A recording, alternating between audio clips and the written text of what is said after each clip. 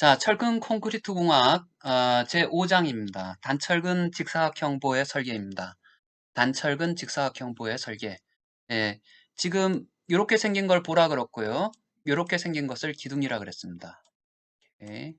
네, 3차원적으로 나타냈을 때 요 위에 있는 것들을 가지고 슬래브 바닥판이라 그랬습니다. 아, 지금 요 각각을 부재라고 부르는데요. 지금 현재는 보를 설계하는 방법을 배울 겁니다. 보는 주로 위에 하중, 자중에 의해서 휘게 되죠. 휨이 제일 중요합니다. 그리고 끝단에서 절단될 수가 있습니다. 전단력에 의해서. 기둥은 충력이 제일 중요합니다. 근데 여기가 서로 보와 기둥이 연결돼 있으면은 꼭꼭 연결돼 있으면은 골조라고 부르는데요. 그것은 휠 수가 있습니다. 그래서 기둥도 휨하고 충력을 받을 수가 있습니다. 그래서 우리가 각각의 부조에 대해서 설계를 하는 방법을 배우고 그것을 다 합치게 되면은 구조물의 설계가 됩니다. 예, 그래서 설계하는 절차라든가 이런 것들은 그게 보든 기둥이든 슬래브든 기초든 벽체든 다 동일합니다. 그 개념은. 그래서 이번 시간을 잘하게 되면은 나머지 시간은 그대로 똑같은 것이 계속 반복됩니다. 그래서 첫 번째 5장 단철근 보의 휨 설계입니다. 넘어가겠습니다. 자, 단철근 보의 휨 설계입니다. 단철근 보의 휨 설계입니다. 휨 설계. 왜냐면 보는 주로 휨을 받으니까. 근데 그중 단면이 직사각형 가장 간단하죠. 예. 그래서 부재를 먼저 구분합니다. 5장은 개요고요. 부재 구분은 휨을 받는 부재, 휨과 압축력을 함께 받는 부재. 예. 휨을 받는 부재는 주로 보에 해당되고요. 휨과 압축력을 함께 받는 부재는 기둥과 벽체입니다. 이렇게 세로로 된 부재고요. 요거는 가로로 된 부재입니다. 자, 먼저 이렇게 설계 기준상에 이렇게 나와 있어요. 휨을 받는 부재, 휨과 압축력을 받는 부재는 어떻게 설계를 해라. 이게 휨을 받는 부재는 뭔지는 알아야 되잖아요. 가로로 된 부재죠. 위로 자중이 작용하니까 휨과 압축력을 받는 부재, 압축력과 모멘트 같이 있으니까 휨과 압축력을 받고 있습니다. 우리가 지금 주로 봤을 때 요 지하 주차장인데요. 요것을 기둥이라 부르고 휨과 압축을 같이 받는 거 요것을 가지고 보라고 부르고 주로 휨을 받는 경우입니다. 휨하고 압축을 같이 받는 거. 그러니까 부호하고 기둥을 구분을 해야 된다. 기둥은 휨을 받는 것에다가 충력을 받는 것을 합쳐져 있다. 자, 그러면은 우리가 그냥 옆에 볼을 잘랐을 때 생긴, 절단했을 때 생긴 면을 단면이라고 그러는데요. 볼을 절단했을 때 직사각형만 나와야 되는데 위에 슬래브까지 같이 있죠. 그래서 직사각형 볼을 이렇게 고려할 수도 있고요. 이렇게 단철근 볼하고 고려할 수도 있고 이렇게 고려할 수도 있습니다. 엔지니어가 복철근, 단철근의 반대말이죠. 위하고 아래 같이 있는 경우 복철근이라고 볼 수 있습니다. 이렇게 아니면 요 위에 요만큼 슬래브까지 같이 고려해서 T형 보라고 할 수도 있습니다. 이거는 T형 보는 어떻게 생겼다, 단철근 보는 어떻게 생겼다, 복철근 보는 어떻게 생겼다가 아니라 주로 이렇게 건물의 바닥판과 볼을 같이 슬래브와 볼을 같이 생각할 때 엔지니어가 자기의 능력 수준에 따라 가지고 어, 단철근보, 복철근보, T형보라고 해석을 할 수 있습니다. 좀 더 복잡해지면 복잡해질수록 안전하고 경제적이 될 수도 있습니다. 그래서 항상 지금 우리가 배우는 것들은 이렇게 해서 다 계산을 해가지고 기사 시험을 보냐 아니면 기술사 시험을 보냐 등등등등이 목적이겠지만은 실질적으로는 이런 단면을 우리가 가정을 하게 된다면은 소프트웨어 우리가 구조 해석 소프트웨어에서 다 풀어줘가지고 스스로 다 해결을 해줍니다. 소프트웨어에서 이 단면은 이 힘을 견딜 수 있습니다. 견딜 수 있으면 OK 사인을 내리고요. 아니요, 이 힘을 견딜 수 없습니다. NG 사인을 내립니다. 그래서 우리가 구조 해석 소프트웨어, 구조 해석 소프트웨어는 우리가 지금까지 배웠던 뭐 모멘트든 충력이든 전단력이든 이런 것들을 다 구해줘요. 여러분들 손으로 구할 수가 없어요. 손으로 구하는 것은 기사 시험용, 공무원 시험용, 공사 공단 시험용일 뿐이지 실제 기술자로서 대부분 일들은 소프트웨어를 사용합니다. 그래서 근데 다만 우리가 왜 구조역학 이런 것을 배워야 되냐고요? 소프트웨어에서 나오는 결과들이 합리적인 결과냐라는 것을 판단해 줄 능력이 돼야 됩니다. 자, 보 같은 경우에 가장 단순한 단순보입니다. 양쪽이 이렇게 힌지 롤러, 힌지하고 롤러. 실질적으로 힌지 롤러가 있는 경우는 극히 드물고요. 경우에 따라 가지고 우리가 이것이 기둥으로 연결돼 있다, 보로 연결돼 있다 할지라도 이것이 힌지냐 보냐라는 것은 우리가 가정을 하게 됩니다. 왜냐하면 중요한 구조물은 요거니까, 보니까. 보를 두고 양쪽 경계 조건을 우리가 임의로 가정을 해서 넣습니다. 그것은 그때 상황에 맞춰가지고 어디가 더 가깝냐, 고정단에 가깝냐, 힌지에 가깝냐 라는 것을 우리가 판단해서 컴퓨터에 모델링 하는데 그렇게 가정을 해줍니다. 시뮬레이션 상에. 그리고 이렇게 중력 하중을 받을 때 이것은 아래로 처지게 되는데요. 위에는 압축을 받고 밑에는 인장을 받습니다. 그래서 위에를 압축 존이라고 부르고요. 압축 영역, 밑을 인장 영역이라고 부릅니다. 인장 영역에서는 주로 콘크리트는 압축에는 강하기 때문에 철근이 필요 없지만은 인장 영역에서는 인장을 받을 수 없기 때문에 친구가 필요합니다. 그래서 콘크리트의 친구인 철근을 불러드립니다. 이렇게 생긴 단면을 단철근 보라고 합니다. 그런데 밑에 이 철근의 수가 작아가지고 힘이 부족할 경우에 인장에 철근을 더 추가해 줄 수가 있고요. 그걸로도 부족하다라고 하면은 위에다가도 더 올려줄 수가 있습니다. 예, 이건 압축을 받는 영역, 압축 영역에서 철근을 넣어줄 수 있습니다. 이렇게 생긴 것을 복철근이라 부릅니다. 단철근, 복철근이라고 합니다.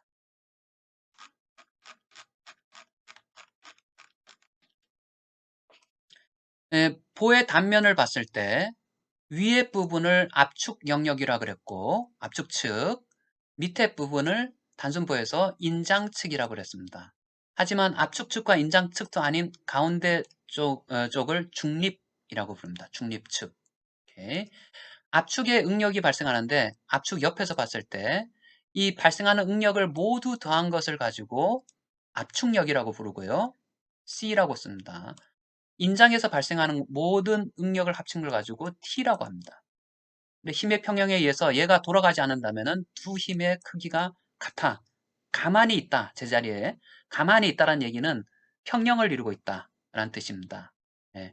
압축에서는 이러한 응력을 다 합친 건데 응력은 콘크리트의 압축 응력과 혹시 복철근인 경우에 철근의 압축 응력을 더하면 되고요. 모든 것들을.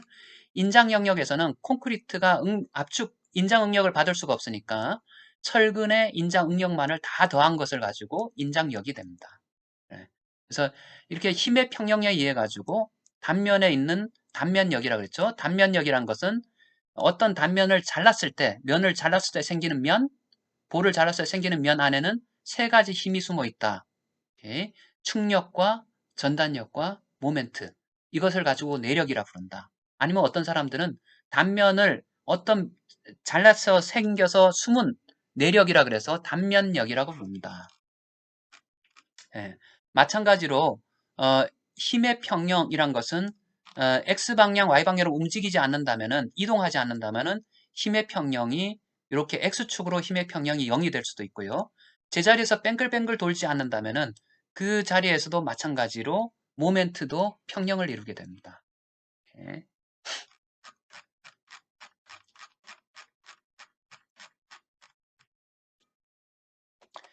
자, 먼저 들어가기 전에 용어하고 명칭을 알아야 됩니다. 용어하고 명칭.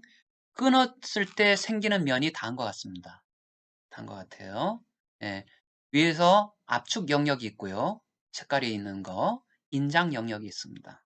용어를 알아야지 나중에 볼 수가 있어요. 예. 그 다음에 밑에 있는 철근을 인장 철근이라고 부릅니다. 위에 있는 철근은 압축 철근이라고 부릅니다.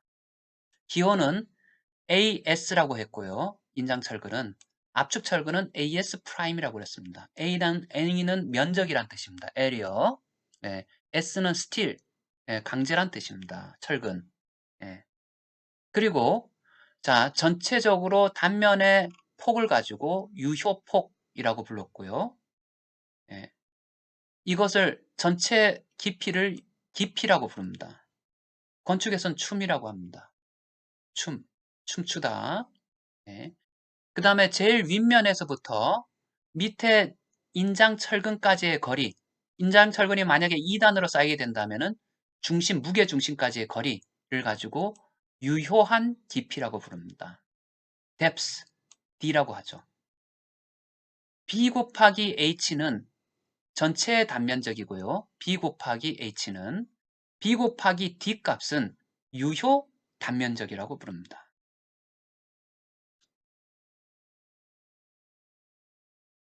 그리고 자, 철근. 요거는 주철근이라고 부릅니다. 인장을 받는 철근. 스터럽을 얘기하는 게 아니고요. 인장을 받는 철근의 겉면에서부터 이 인장 연단까지 끝단이란 뜻입니다.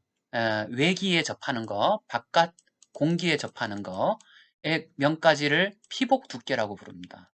옷을 입은 두께, CC라고 나타납니다. 커버, 콘크리트. 예. 그 다음에 요거를 D라고 했는데 여기서 압축 철근까지의 거리를 D 프라임이라고 합니다. D 프라임. D의 프라임. 이런 용어를 쓰고 있습니다. 이 기호는 우리가 일반적으로 쓰는 기호입니다. 단면에 관련된 기호입니다. 예. 그리고 제일 윗면에서 인장측 철근, 최외단 인장철근이라 부르죠. 까지의 거리를 DT라고 부릅니다. T자는 텐션을 받다, 인장을 받다라는 뜻입니다. 텐션. 반대말은 컴프레션입니다. 압축. 쓰는 단어가 몇 가지 없기 때문에 공학에서는 한 100가지 정도만 알아두면 영어 책에 술술술 읽힙니다. 예. 그래서 인장 철근까지의 거리를 DT라고 합니다. 위에서부터. 자, 단면은 이렇게 생겼지만은 우리가 재력학 시간에 배웠듯이 응력은 평면을 유지하면서 옆으로 휘게 됩니다. 그래서 요것이 이제 변형률인데요. 변형률에 대해서 잘 모르겠다. 어떻게 생겼는지 라고 하면은 응력을 보면 되는데요. 이렇게 해서 이 단면이 옆으로 휠 때 항상 평면을 그대로 유지한다라는 의미입니다. 이렇게 가정을 안 하면 문제를 풀기가 쉽지가 않아요. 네. 그래서 그 우리는 변형의 크기를 길이로 나눴을 때를 변형률이라고 부르고, 변형률 요 면이 옆에서 봤을 때 평면을 유지하는 겁니다. 옆에서 보면은 평면을 유지하는 거죠. 이렇게 눕혀놓은 거예요. 그럼 평면은 중립 위에 압축 영역은 압축만큼 변형률이 발생하고요. 밑에 인장 영역에서는 잡아당기는 만큼 변형률이 발생합니다. 그리고 중립축에서는 변형이 발생하지 않습니다. 인장도 아니고 압축도 아니니까. 그러면 콘크리트 같은 경우에서는 제일 끝단, 압축의 끝단을 연단이라고 부릅니다. 예, 연단. 연단이란 단어가 익숙치가 않은데요. 이게 처음 듣는 사람들한테는 그래도 연단이란 단어를 많이 씁니다. 기준이라든가 이런 데 많이 들어와요. 예. 우리가 도로로 갈 때 옆에 쓰는 거 연석 있잖아요. 예, 연석 이런 거죠. 연자를 씁니다. 끝에 있는 돌이란 뜻입니다. 그래서 콘크리트의 변형률이 가장 큰 것은 압축 연단에서 발생하고, 우리가 일반적으로 쓰는 콘크리트 40메가파스칼이라고 부르는데요. 일반적으로 쓰는 콘크리트 최대치입니다. 40메가파스칼 미만에서의 콘크리트는 이 변형률이 0.33%일 때 파괴가 발생한다. 옛날에는 0.3%였어요. 근데 작년 초부터 바뀌었습니다. 그렇다면은 철근은 어떻게 했냐? 철근의 최외단 철근은 제일 바깥쪽에 있는 철근입니다. 그 최외단 철근의 보통 철근의 변형률은 입실론 S라고 해가지고 콘크리트의 변형률과 이렇게 대응되게 쓰게 되는데요. 철근의 변형률 중에서 철근 중에서 몇 단으로 설치되어 있을 때 최외단에 있는 철근의 변형률은 입실론 T라고 합니다. 최외단 철근의 변형률입니다. 예. 이 변형률이 크면은 크거나 작을 수가 있는데요. 이 변형률이 작았을 때 콘크리트 단순부가 파괴됐다라는 것은 밑으로 조금 단순부가 쳐졌을 때 파괴됐다는 뜻이고요. 이 변형률이 굉장히 클 때 콘크리트가 파괴됐다는 얘기는 얘가 충분히 아래로 처짐을 많이 겪었다는 얘기입니다. 예. 얘가 많이 처지면 많이 처질수록 입실론 T 값이 커집니다. 예. 그래서 만약에 입실론 T 값이 작을 때, 즉 처짐량이 조금일 때 콘크리트가 파괴됐으면은 예, 압축 지배 파괴라고 부르고요. 왜냐하면 마치 철근이 없는 것처럼 파괴가 된 거예요. 예. 그리고 이게 많이 쳐졌을 때 파괴된 것을 인장 지배 단면이라고 부릅니다. 압축 지배 단면, 인장 지배 단면. 요 용어도 생소한데요. 나중에 알게 될 것 같습니다. 그래서 전체적으로 유효 단면적 B 곱하기 D를 얘기했고요. 그 다음에 철근의 면적을 가지고 AS라고 했습니다. 근데 AS를 유효 단면적 B 곱하기 D, 전체 단면적은 B 곱하기 H였죠? 그죠? 유효 단면적은 B 곱하기 D였습니다. 유효 단면적으로 나눈 것을 가지고 철근 비율이라고 부릅니다. 예. 근데 여기에 압축 철근이 들어가면은 압축 철근비라고 부르고요. 여기에 인장 철근이 들어가게 되면은 인장 철근비라고 부릅니다. 근데 철근비가 많이 들어가냐 적게 들어가냐에 따라 가지고 이 단순보가 어떻게 파괴되느냐, 파괴되는 양상이 달라요. 너무 조금 들어가게 되면은 있으나 마나한 것처럼 파괴되고요. 그 과소철근비고요. 너무 많이 들어가게 되면은 이게 콘크리트처럼 파괴가 안 돼요. 예. 그래서 가장 균형, 가장 적당하게 들어간 양을 분모에 넣게 되면 철근의 양을 넣게 되면 철근의 단면적이죠. 를 넣게 되는 것을 균형 철근비라고 부릅니다. 예. 그래서 콘크리트 피복 두께 CC라고 했죠. 넘어갑니다. 부재 설계 과정입니다. 전체적인 설계를 보죠. 부재를 설계하고 난 다음에 다 합쳐가지고 이게 구조물의 설계가 되는 거예요. 구조물이란 것은 부재가 합쳐져 있는 것을 구조물이라고 부르니까요. 그럼 설계 과정을 제일 봅시다. 제일 처음에 부재에 우리가 거기에 들어가는 단면이 있어요. 좀 전에 단순보를 설계하고자 할 때 단순보를 설계하고자 할 때 위에 하중이 주어지게 되죠. 이렇게 여기에서 무너지지 않는 보를 설계하고 싶어요. 그러면 이 보를 처음에는 가정을 합니다. 단면의 크기는 이렇게 생겼고 철근은 요만큼 넣고 그 다음에 이 단면의 강도는 FCK라고 부르는데 뭐 27짜리를 쓰고 철근은 뭐 400까지 견딜 수 있는 철근을 쓰겠다. 크기는 얼마다라고 가정을 합니다. 부재의 단면의 크기와 강도를 가정을 합니다. 예. 두 번째, 바깥에서 작용하는 하중이 있잖아요. 그죠? 하중을 가지고 부재력을 구하게 되면은 이게 휘어서 부러지는데 휘어서 부러질 때 모멘트를 가장 많이 받는 단면이 가운데 단면입니다. 이 모멘트 값이 이 하중에 의해서 작용하는 모멘트 값입니다. 예, 모멘트 값인데 이 하중보다 우리가 실질적으로는 이게 고정 하중, 활하중이 있는데 고정 하중일 때는 한 20% 증가시켜줘요. 예, 하중 계사라고 불러요. 훨씬 더 큰 하중을 주게 되는 거죠. 이렇게 구한 모멘트를 20% 증가시켜서 구한 여기에서의 모멘트를 MU라고 부릅니다. 얼티미트, 극한 모멘트라고 부릅니다. 이것은 가장 단순한 보기 때문에 손으로 구할 수 있지만은 8분의 PL처럼 보통 구조물인 경우에는 손으로 구할 수가 없습니다. 이것은 구조 해석 소프트웨어를 사용해 가지고 컴퓨터 소프트웨어를 사용해서 구하게 됩니다. 여러분들이 나중에 구조 설계라는 과목을 듣게 된다면 4학년 때 아니면 3학년 때 기회가 있으면 빨리 가르쳐 주고 싶은데 소프트웨어에서 이런 기능들이 있어요. 설계까지 다 하는 기능들이 있습니다. 구조 해석을 하고 난 다음에 설계를 하는 기능까지 있습니다. 어찌됐든 두 번째 항에서 구조물의 최대 모멘트를 극한 모멘트, 개수 휘임 모멘트라고 부르고요. 왜냐하면 개수가 곱해진 하중을 가해줘서 생긴 모멘트. 요거는 외력이라고 부르고요. 요건 내력이라고 부릅니다. 왜냐하면 부재를 잘라냈을 때 안에 숨어있는 하중이기 때문에. 예, 내력은 세 가지가 있어요. 근데 충격에 의해서는 거의 부서지지 않고요. 주로 보 같은 경우에 있어서 휭과 전단력에 의해서 부서집니다. 전단력은 양 끝단에서 제일 크고요. 모멘트는 가운데 지점에서 제일 큽니다.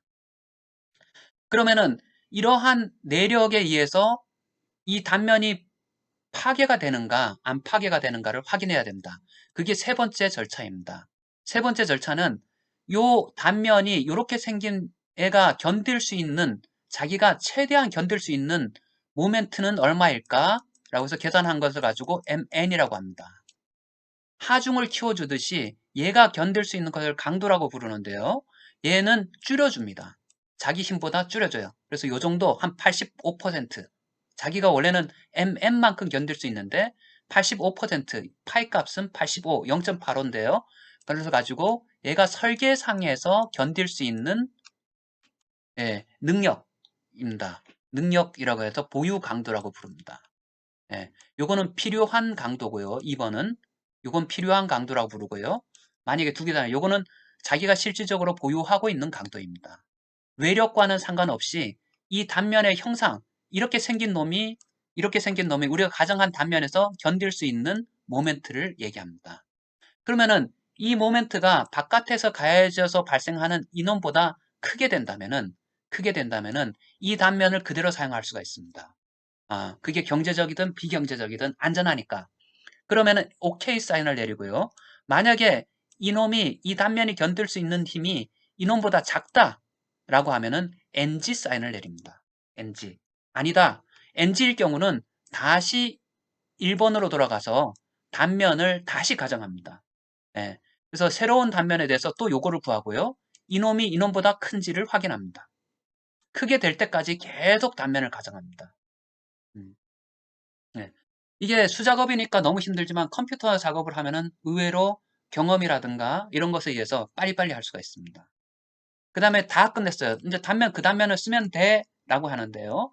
기준에서는 어떤 것을 다시 요구하냐면은 너가 제시한 단면이 최소한의 어떤 기준에서 제공하는 요건을 만족하는지 확인을 해라 입니다.